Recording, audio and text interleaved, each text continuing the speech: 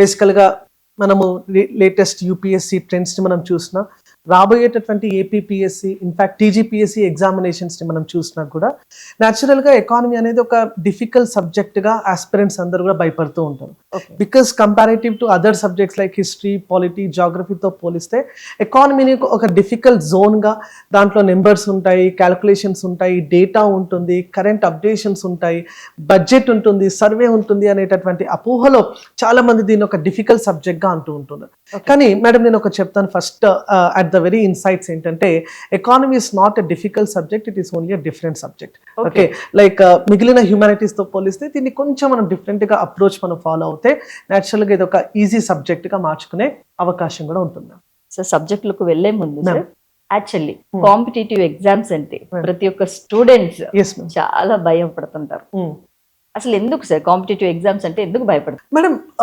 భయం ఎందుకు అని అంటే, బికాస్ పేరులోనే ఉంది కాంపిటీషన్ ఇస్ మోర్. ఓకే, ఆ ఎక్కువ పోటీని తట్టుకునేటటువంటి ఈ కొంతమంది, అంటే selections will be very less, vacancies will be very less. ఆ తక్కువ వేకెన్సీస్ కి కొన్ని లక్షల మందిలో అభ్యర్థులు పోటీ పడుతూ ఉంటారు కాబట్టి ఆ కాంపిటీషన్ వల్ల it seems to be difficult ma'am.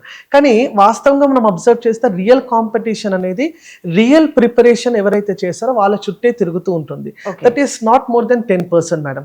అంటే ఒక 10 లక్షల మంది ఎగ్జామినేషన్ కి అపియర్ అవుతే 1,00,000 మందిలోనే ఆ పోటీ అన్నది తిరుగుతూ ఉంటుంది.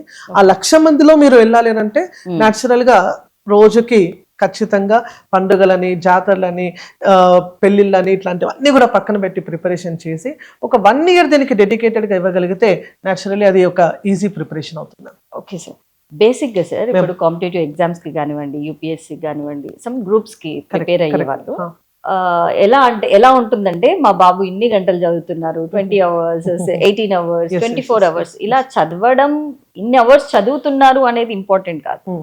సో బేసికల్లీ వాళ్ళు ఎలాంటి టాపిక్స్ ఎలాంటి గుర్తు పెట్టుకుంటున్నారు, వాళ్ళ మెమరీ పవర్ ఏంటి, కరెక్ట్, అది ఎంతవరకు వాస్తవం అంటే ఇది ఒకటి మనం ఇది అబ్జర్వ్ చేయాల్సింది ఏంటంటే, ఇది అకాడమిక్ ఎగ్జామినేషన్ కాదు.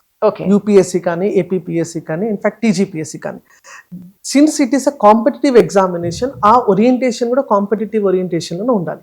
అంటే it's not the number of hours, it's not the quantity, rather it is the quality which counts.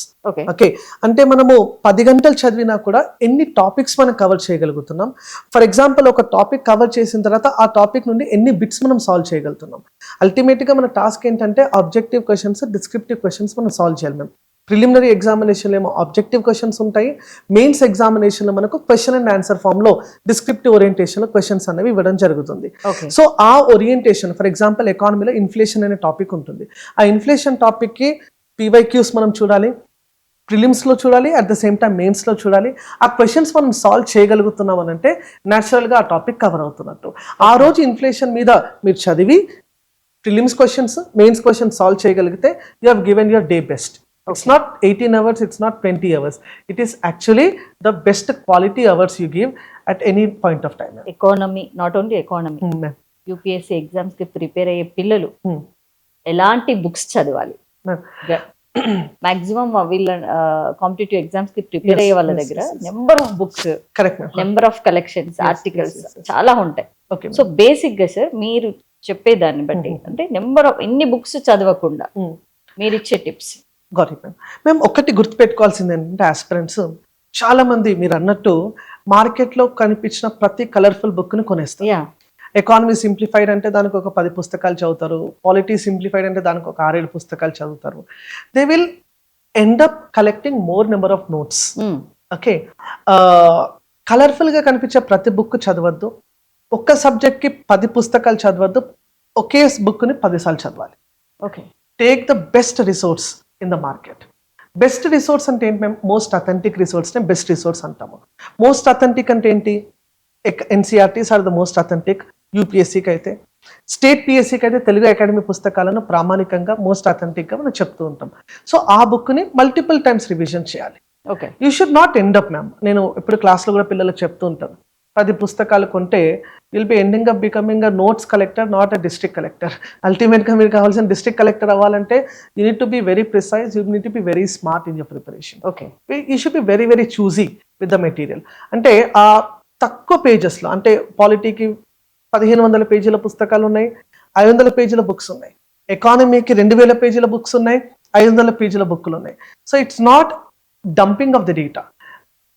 Minimum ఇన్ఫర్మేషన్తో మ్యాక్సిమం స్కోర్ మనం ఎలా చేయగలుగుతాము. ఓకే ఓకే, ఈ ఏ సబ్జెక్ట్ కూడా మేము హిస్టరీ మనం చదువుతున్నామంటే you don't have to become a historian. Okay మీరు కాంపిటేటివ్ ఎగ్జామ్స్ కోసం మాత్రమే హిస్టరీ చదువుతున్నారు. Okay. ఎకానమీ చదువుతున్నంటే you are not about to become an economist.